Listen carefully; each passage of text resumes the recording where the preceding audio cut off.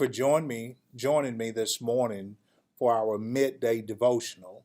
Today is Wednesday and the sun is shining. Uh, I'm so thankful that God has given grace to your life, and I just hope, trust, and pray that your day has gone well so far. We're going to do 30 minutes of devotional singing, and at high noon, we will come back with the third of a five-part series where we're focusing on the impact of the COVID-19 crises on our little children. Today we will talk about how children assimilate things that are going on around them into their regular routine. Uh, so join me at noon, but right now, please enjoy the devotional. I'm living at this moment because of you. And I want to thank you and praise you too. Your grace and mercy brought me through. Your grace and mercy brought me through. I'm living this very moment because of you. And I thank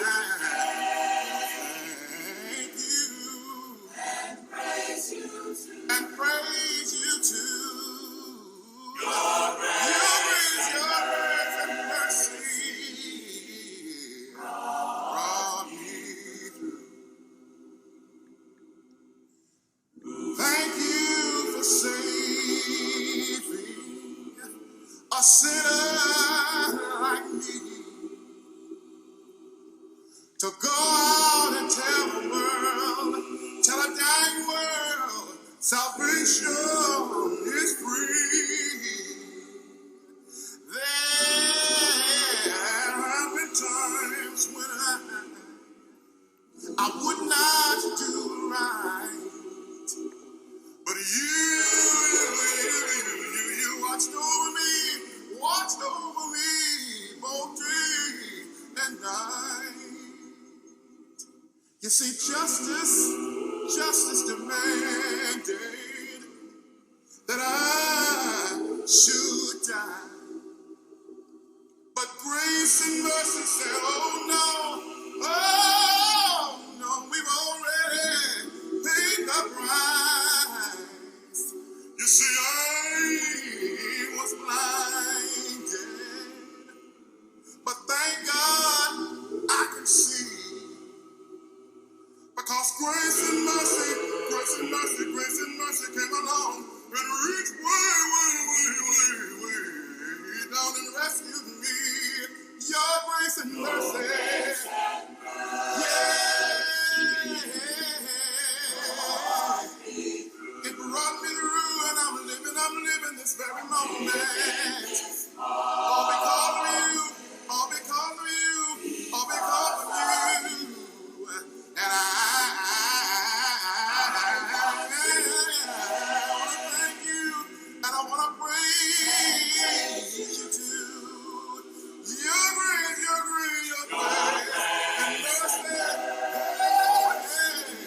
brought me through. Your grace and mercy. Your grace and mercy brought me through. I'm living this very moment, all because of you, just because of you. And I want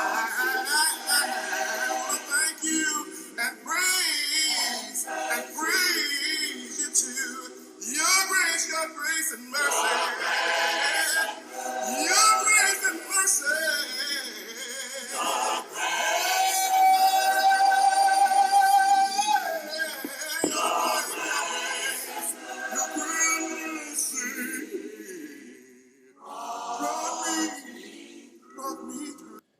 It's only by God's grace and it's only through God's mercy that we are able to survive day by day. And every day that we wake up on this side of time, I think we should give God thanks for his grace and mercy. There was a time when I could go to the barbershop, and there was a gentleman that would always come into the barbershop, and people would say, "Well, hello, how are you doing?" And his response was always, "It's always better to be seen than to be viewed." And everybody would just get a laugh out of that. But every time he'd come into the barbershop, he'd always say, "It's always a good day. It's always better to be seen than to be viewed." But we know in our Father's house there are many, many mansions, blessings beyond this earth. But as long as we are in our Father's house in this earth, I think we should enjoy this life.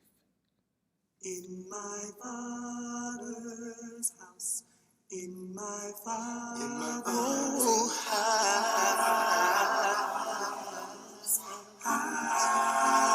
in my Father's house, oh,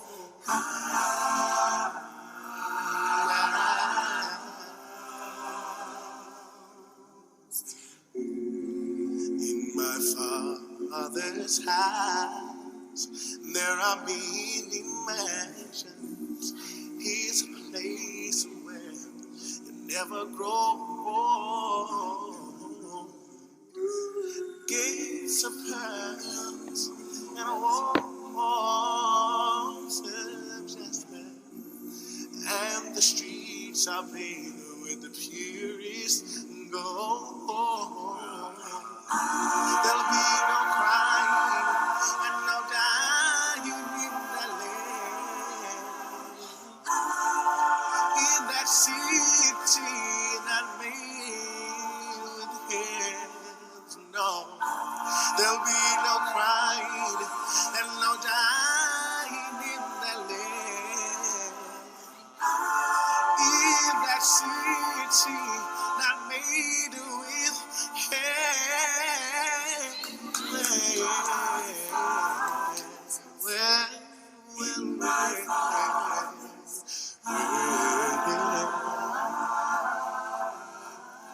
In my Father's house,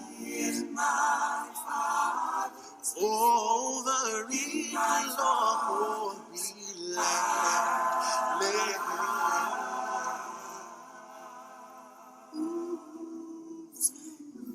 In my Father's house, not a tear shall fall from an eye. There won't be no sorrow in glory by and by.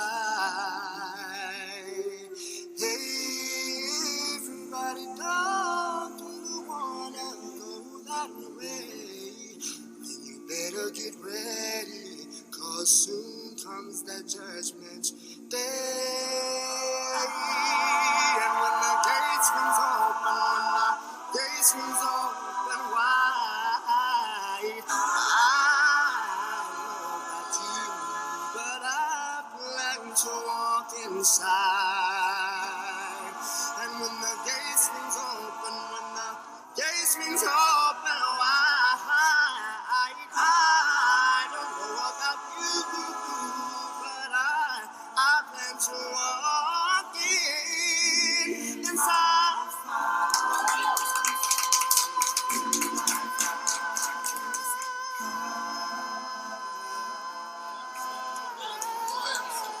That's a beautiful song, "In My Father's House." This next song is by the Southside Church of Christ, and I hope you enjoyed it. It's a very special song. How excellent.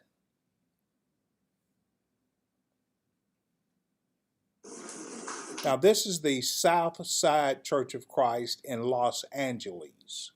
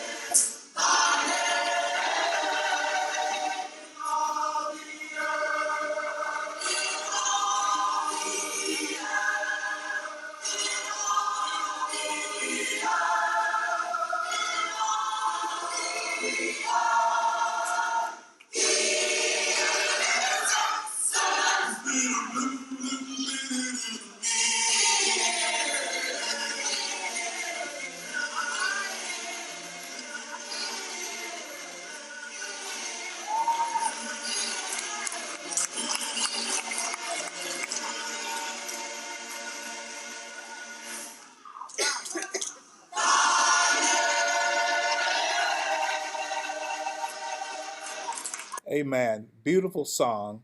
I wanted to play that because I have a lot of kin people that worships over at Southside in the Los Angeles area. This is another beautiful song. I hope you enjoy it. Well,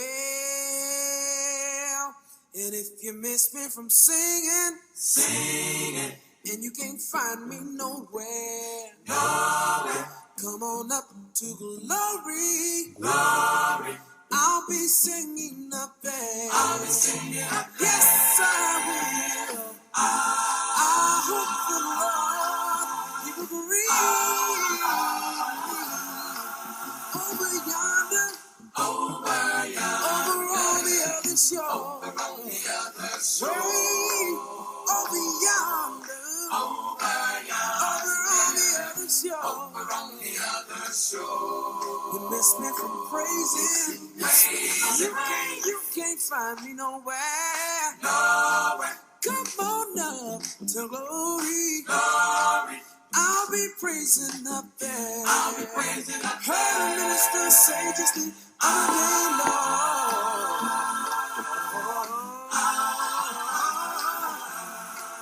Go to heaven over on the other shore. Way over yonder, over on the other shore. You miss me from singing. You can't find me nowhere. Come on up to glory. I'll be singing up there.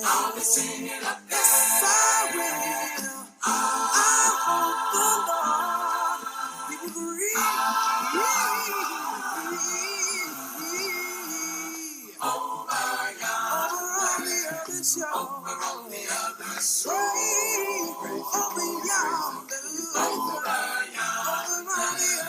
over on the other shore. You miss me from praising. You can't find me nowhere. Come on up to glory. I'll be praising up there. I'll be praising up there.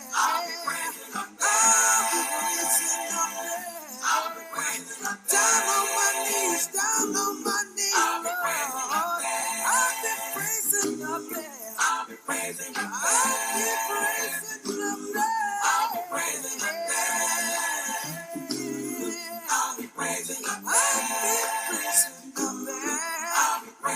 Whoa. I hope the Lord, He will breathe over on the other shore. Way over yonder, over on the other shore. Way over yonder, on the other shore. Way over yonder, over on the other shore. Way over yonder, over on the other shore. That's a very meaningful song, and it just brings back, I guess, a lot of reality checks, especially in the era of this COVID-19. Uh, Life is not promised indefinitely to any of us. And I just hope that songs like this will remind us that we are only here for an assigned amount of time. Oh, one thing my Lord was wondering as He hung on Calvary tree. They cried for Jesus to save Himself as He died there for you and for me. But oh, He looked to His Father in heaven. Then He looked back to them on the ground. The future of man was nailed to his hand. And he thought, no, I just can't come down. No, Lord, well, I can't come down. No,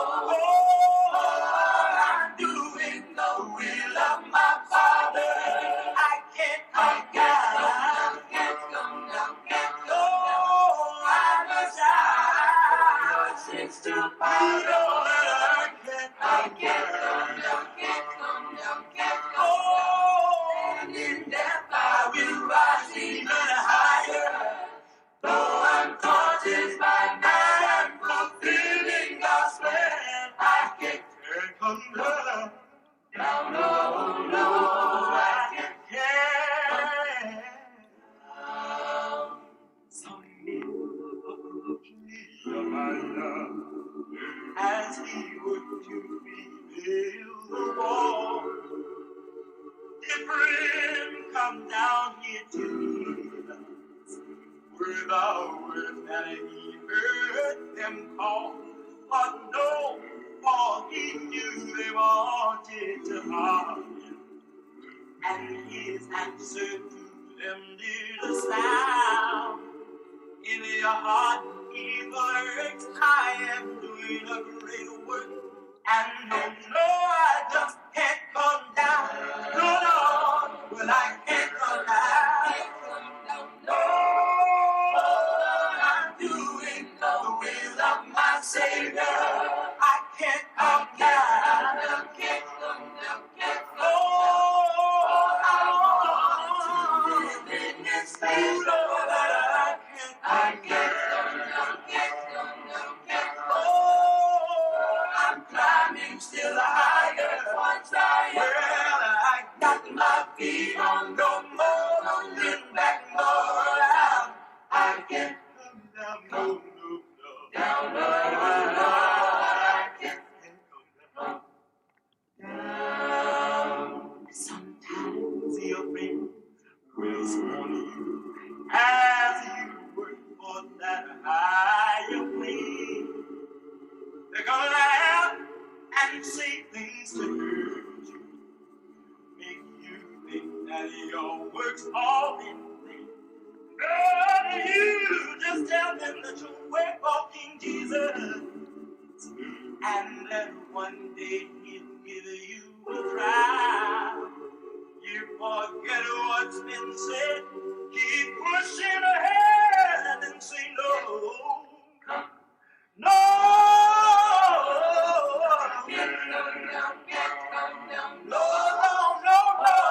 I'm doing my Savior that I can't come down. Oh, I want in His field that I can't come down. Oh, I'm climbing still higher. I got my feet on no more, been back more out. I can't come down, no, I can't come down. Well, I can't come down, no, I'm doing no will of my sin, no that I can't come down.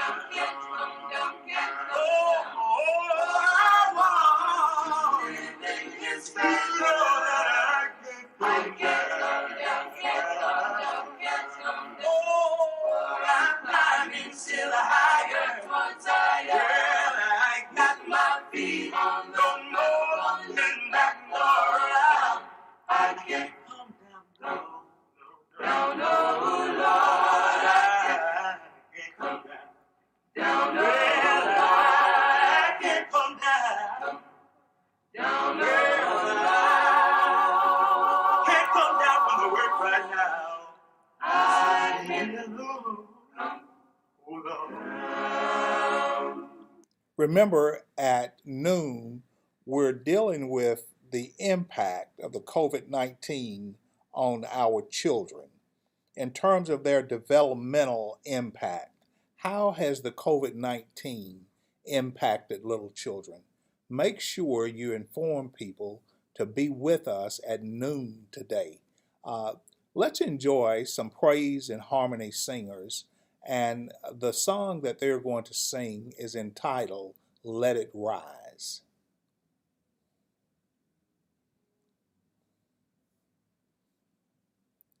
Beautiful song coming right up.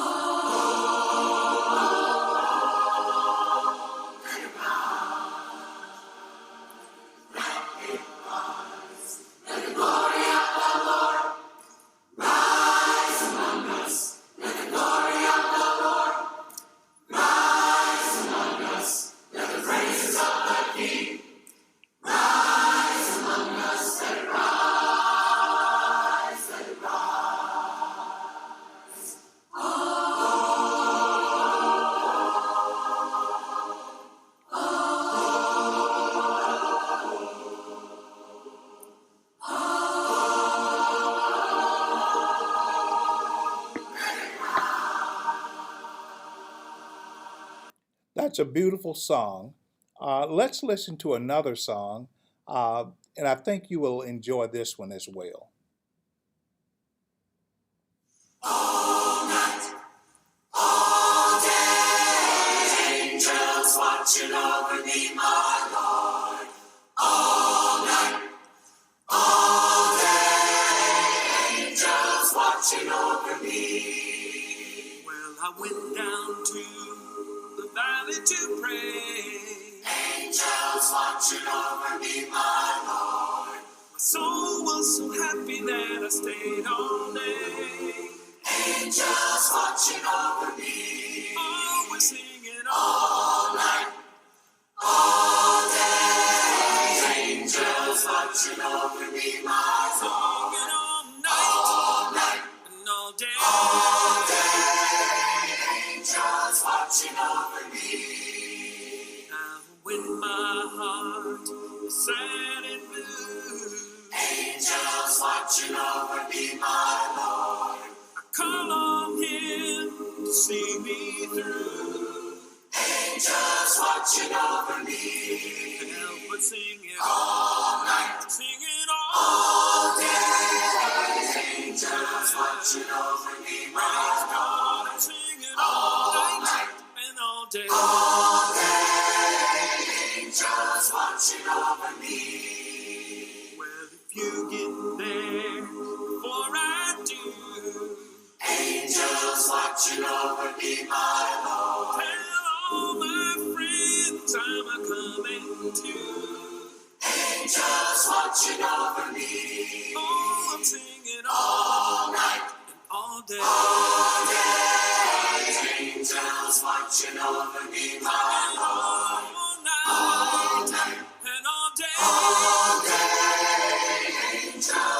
I'm singing all night and all day. All day. Angels watching over me, my Lord.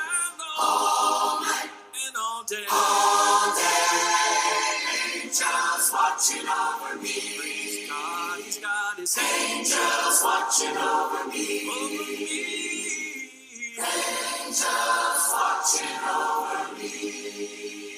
I know we have two alumnus of Harding University tuning in this morning, but running contemporaneous while they were at Harding, my son Marcus, who's out in San Diego now, and Sergeant Raymond Richardson, who's stationed in Killeen, Texas. There was another young man over at Abilene Christian, John Edmerson, and John wrote a song that has become very popular throughout the churches of Christ. And I'm going to let you listen to the song that was written by John Emerson, who's a contemporary of my son Marcus and Sergeant Richardson. I'm glad I know you.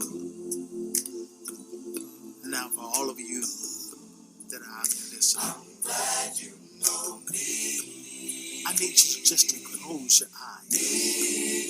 And I need you to think about your personal relationship with the Father right now. How good He's been. We're one big family. Family. Let's just give God praise. It's time to worship. Oh, lift up holy hands. To reach the sky. Oh, you've been so good to me. And I am so glad. All because Jesus, you shed your blood out there on Calvary. You gave your life. Oh, I need a witness up in here. Tiffany. Blessings and comfort. They are a part of our daily lives. 'Cause my hands in yours, Jesus, as we're walking this Christian life. I'm glad I know you. Glad I know you. Glad I know you. Lord, you're a close friend of mine. Yeah.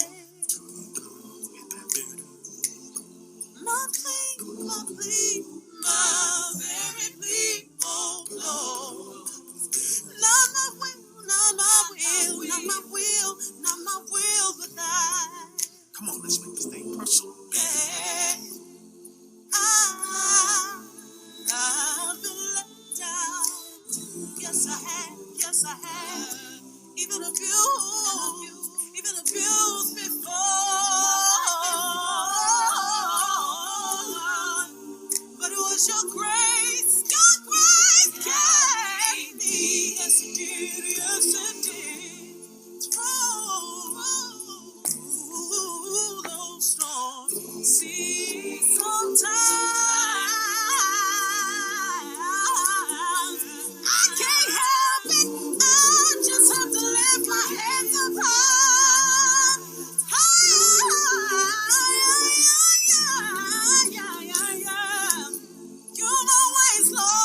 You've always been true, Lord. Oh, you know,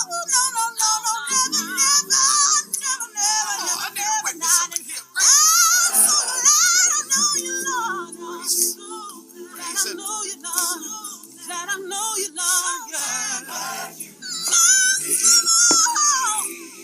Thank you, Father, for knowing me. So I'm gonna give you all the praise today, Lord, 'cause you're so worthy, Lord.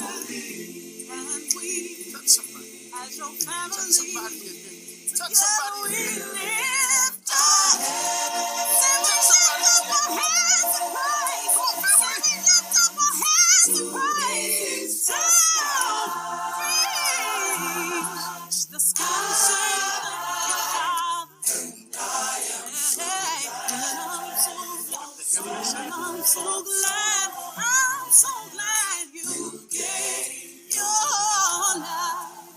you did. Hallelujah. I'm so glad. Oh, no. So glad. Hallelujah. Thank you, Lord. Yeah. Giving your life. A beautiful song, a very, very beautiful song, and I think a very timeful song as well. Yesterday, we did a lesson on the social adaptation of children and why it is so important. Today, I'm going to follow through with talking about not only the adaptation, and I just will summarize that in terms of why social adaptation, and then we'll move into social assimilation. But what I tried to point up on yesterday is that social engagement, in terms of the significance of that adapting component, it provides important opportunities for children to practice existing skills that are required to achieve their own personal goals inside a social setting.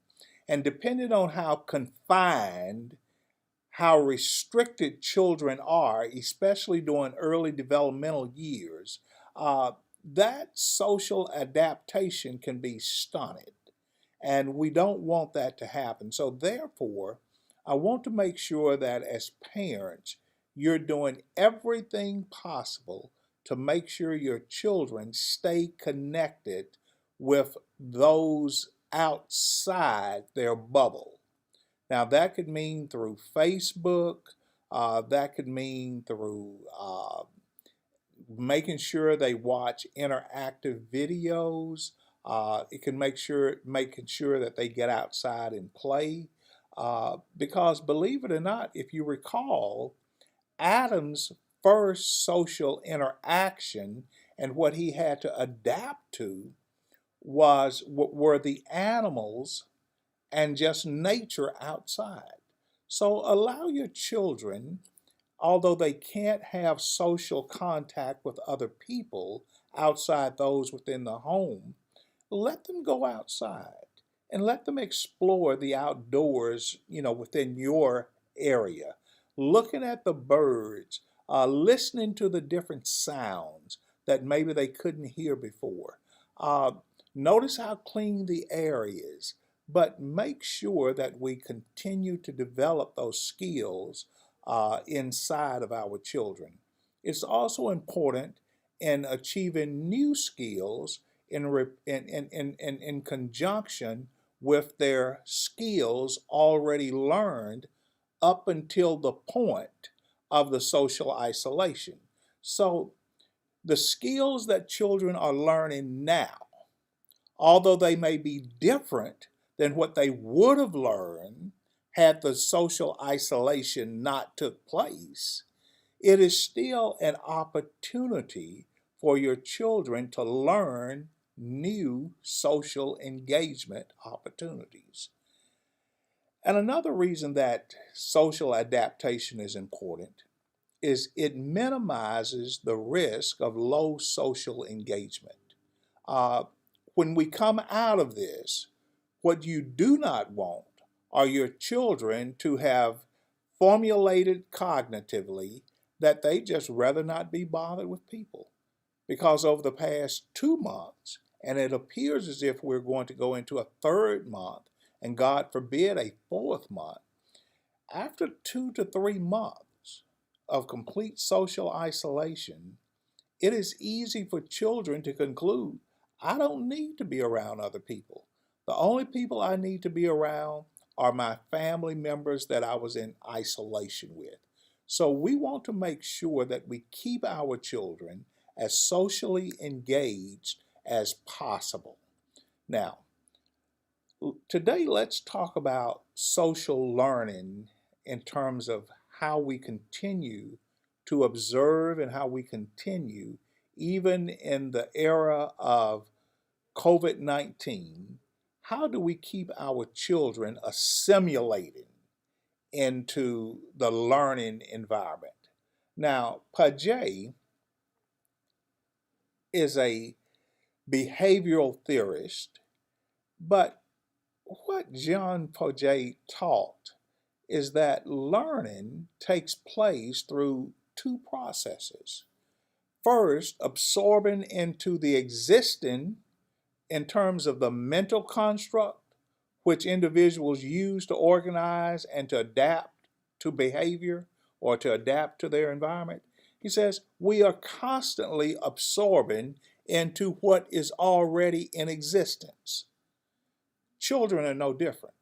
You've used the term, I've used the term, children are sponges. They are absorbing everything. Well, that's true. But now your children have limited access to what to absorb. So what they are assimilated into what that sponge is capable of can be somewhat restricted, or it could be somewhat dangerous. It depends on what you allow your children to absorb. Secondly, we must be willing, according to Paget, to accommodate where change is required. Children are living in a changing age. And as the adult care providers, we must be able to make sure that that accommodation takes place. And we'll talk specifically about accommodation on tomorrow. But for today, I want you to listen about the absorbing. How do we assimilate? How do we get that mental construct to constantly be getting into a frame of thinking that says, I can't hang out with my friends, I can't run and play with my friends, but there are so many other things going on around me right now that I can assimilate into what is going on in my present life.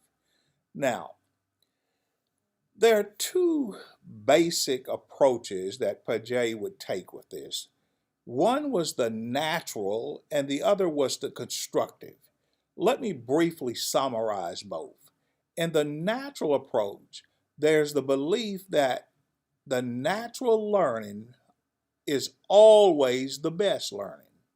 Now, the origins of this idea can be traced back as far as Jean-Jacques Rousseau, and it means that the best learning occurs through just simply an everyday process and a spontaneous acquisition of operations or concepts through normal experience. Now, there may be some listening today that are my generation. We didn't grow up with a lot of electronic gadgets. We didn't grow up with the best of manual gadgets. We would play with tires, old car tires. We would play with boxes, whatever we could find. But that's the natural. And what we learned, at least in my generation, we learned that we could absorb, we could assimilate from those natural products, those what other people would laugh about. We would just take regular everyday things and have a ball with it, learn from it. Because when we talk about the natural way of learning, Paget understood that the natural learning is the best learning.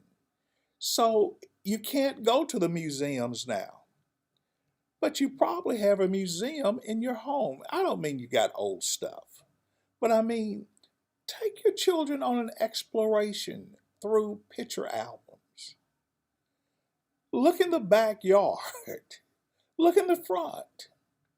Look at the architectural design of the homes and just find things to allow the children to absorb, to assimilate into their regular life.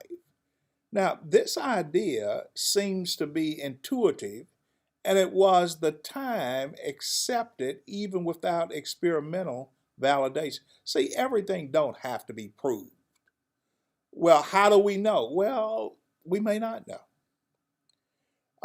Is this material safe? I don't know. Let's test it and see for ourselves. We don't have. Let's take a look. We're just trying to see just what do we think about it? How do we feel about it? We're not trying to write a book about it. We're just trying to explore.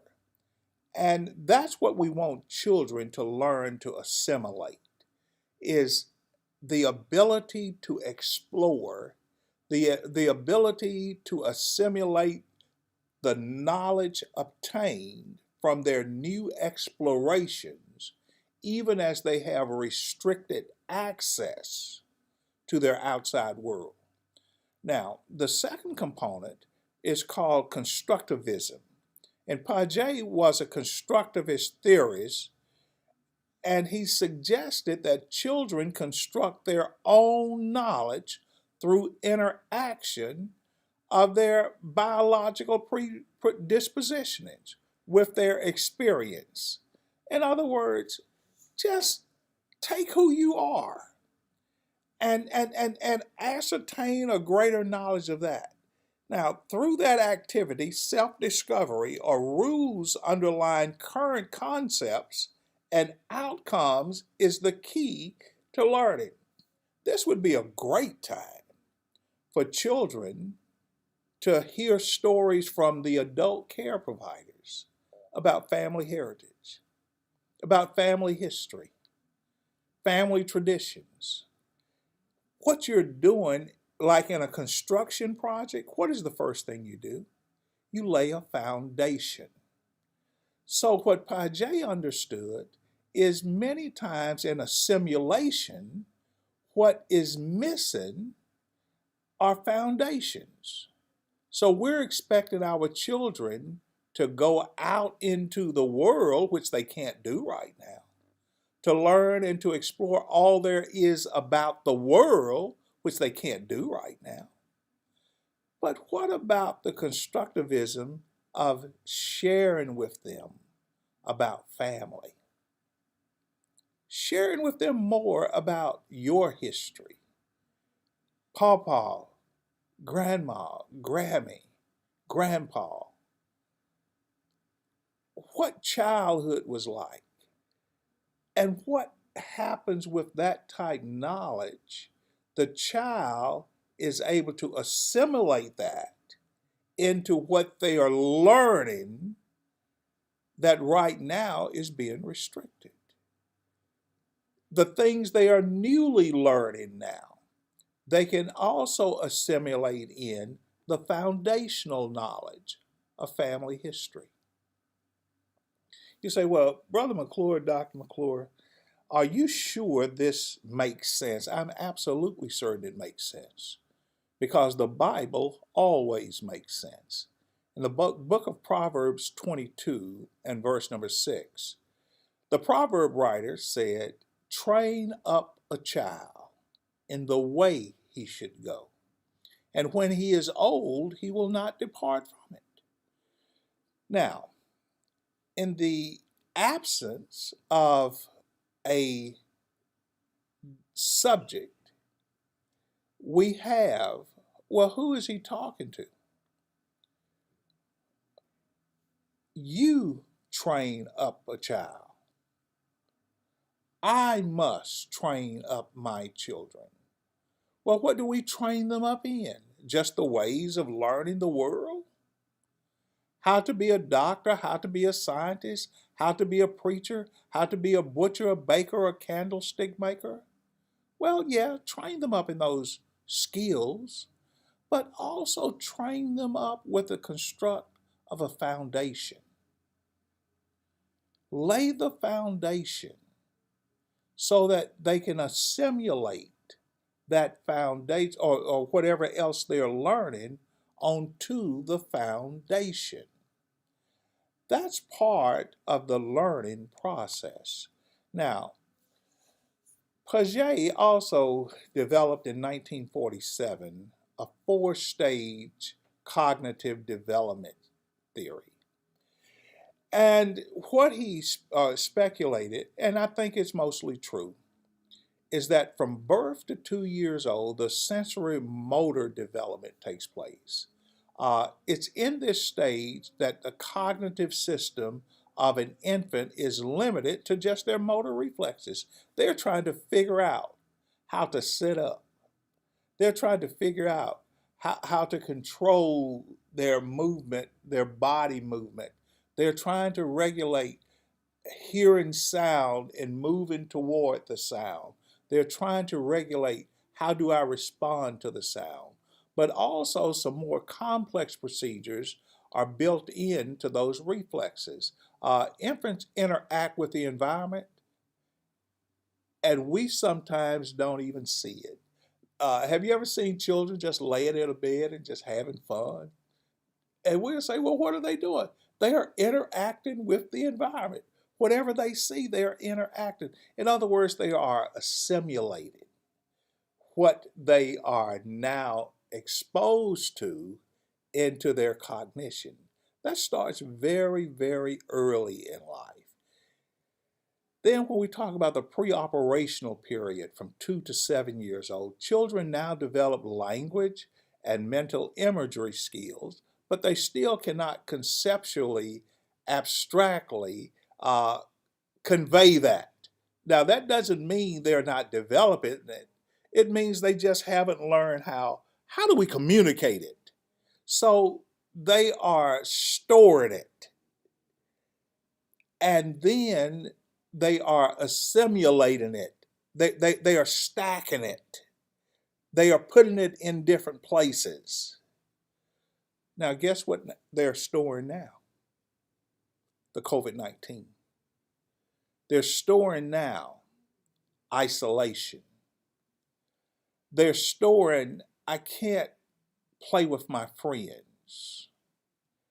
And it becomes imperative that as parents, as care providers, part of that constructivism that I talked about earlier, we must make sure that that is placed properly and that the children do not conclude that this is going to ruin the foundation. Yes, it's a part of what you're going through, but it's not so damaging that it's going to be irreparable in terms of developing a healthy you. So it becomes our responsibility as the care providers to make sure that what's going on around the children now, they see it, they hear about it, but younger children are trying to develop the language and they are trying to develop the mental imagery. And 82,000 people dead? Over 4 million people worldwide has contracted this? Do you see what a child is trying to do with that? It becomes important that the care provider, you, help children keep this in proper perspective. Children 7 to 11 years old, in terms of that concrete operational period, they are going to struggle with that because children in this stage of development are able to analyze more prospectively what's going on. So they can jump to a conclusion, everybody's going to die. Mommy, are you going to die? Daddy, are you going to die? Auntie's going to die? Grammy's going to... See, because they're analyzing now. And they are more... Oh, wow. Their perspective becomes their perspective. And unless we are careful, and unless we help them to kind of add addendums to their perspective, they can have that as a part of their foundation, and it can scare the living daylights out of them. It can become a PTSD life to where every time someone catches a cold, every time somebody's coughing, or every time somebody has a fever, unless you and I help children keep that in its proper constructive place, it can become a natural way of responding.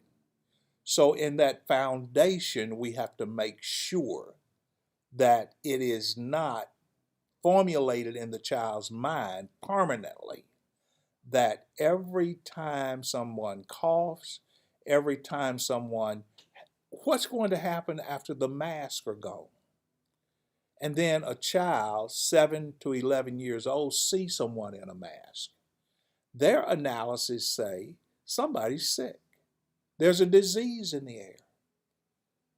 And that may not be the case.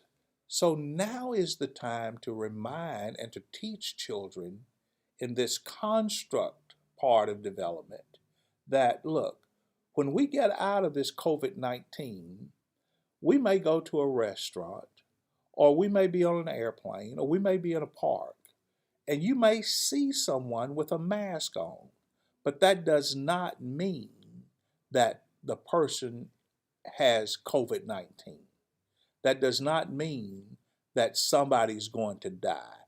It may mean the person just came from the dentist. It may mean the person is allergic to some type tree pollen. But we are putting that into the mind of the child very early. And then, according to Piaget, the fourth stage is from 11 to adolescency. And he claims that the final form of cognition is reached in this stage, where abstract thinking capabilities are very similar to that of adults. In other words, by the time that child reaches adolescency, they think kind of like we think, but they still are developing that ability to analyze and to think more abstractly. But during this period of COVID-19, it becomes our responsibility from the birth to 2 years old, to 2 to 7, to 7 to 11, to make sure that by the time the children hit adolescency, they're still able to think abstractly. To not say, well, everybody that wears a mask has COVID-19. Everybody that wears a mask is running from some type of virus or some type disease. No. Let's get them to think more abstractly. Well, maybe a person is wearing the mask because of this or this or this, but not always it's because of some type sickness. Bring up a child in the way he or she is to go. And when they are old, they will not depart from it. But what we help our children assimilate into their cognition now will pay dividends even after the COVID-19 crisis has passed. I'm going to stop because there's much more that I want to talk to you about, or that I could talk to you about, relative to this assimilation. But I hope you've gotten the idea that this is a very critical component. We talked about adaptation yesterday, but now we're talking about assimilation, because we want to make sure that our children are assimilating material and data and information properly into their adaptation. And it is up to us as their care providers to make sure that we are there to help them properly work through the questions, the uncertainties that they might be having during this COVID-19. Don't be the parent who say, well, they never asked me a question. Didn't I tell you that developmentally they may not know the questions to ask? That's where we have to engage them. That's where, as adults, we have to talk to them. Look, Johnny, I know that this is different for you. And I know you keep hearing this term COVID-19. And I know you are concerned. So let me explain this to you. That's where the parent takes the initiative to do what Proverbs 22:6 commands of us. Bring up the child. Don't wait on the child to bring you into their life. It is your responsibility to bring that child up in the way he or she should go. I hope that these lessons this week are encouraging to you. They are being archived, I think, at the YouTube page and on Facebook. And I would encourage you, if you've not shared any lessons we've done over the past 8 weeks, this series would probably be the one that you want to share on your social media pages because there's going to be somebody in your circle who have children that could benefit from what we are talking about today. I am still not getting any prayer requests surrounding COVID-19. And that's really good because the communication there is uh, people are not in the crisis situation that we were 4 weeks ago. We were getting prayer requests from all over the country where people had contracted the COVID-19. But I think people are practicing safe distancing, social isolation. They're wearing the protective mask, the protective gloves. And I think people are really taking this serious now. And I'm just thankful to you in the listening audience for taking the necessary precautionary steps to make sure that you are healthy. Let's pray together, and we'll have one more song before we conclude today's devotion. Father, we thank you for your grace. We thank you for being merciful toward us as a country. And I just pray today that you will continue to pour your blessings out upon us, that you will protect us from the impact of this virus. Grant us the wisdom as your people to take the necessary precautions and to also communicate to the people that we associate with, that we come in contact with, that you are still in control and that you are able to bring us through this crisis in a positive way. Father, I continue to pray for our doctors, for our nurses, for all of those in the medical field who are rendering so many different levels of service to individuals, whether they be in the direct medical field, in the hospitals or the nursing homes, or whether they are providing other medical services like the optometrists, the dental services. Father, we just pray that you protect them all as they continue to serve as ministers of health in the lives of each of us. I pray, Father, for the leaders of this country that you would grant them wisdom and discernment. And Father, I pray for our children that you will keep them safe and that as their care providers, we will do whatever we are called upon to do to make sure that their mental development is not impeded because of what they are experiencing at this moment. We love you. We give glory and honor to you. And Father, I just pray that when we all get through this crisis, we will draw even closer to you in thanksgiving.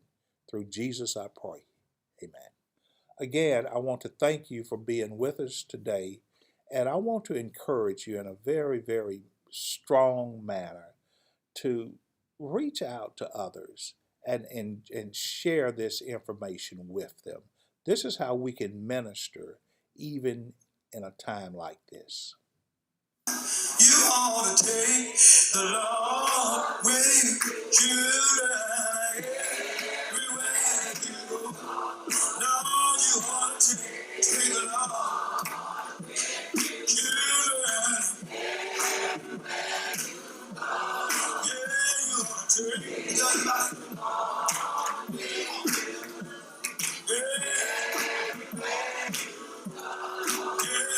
street, in the crowd, in your home, when you're all alone. Highway, you want to take the long way. You go everywhere. You want to take the long way. You ride, yeah.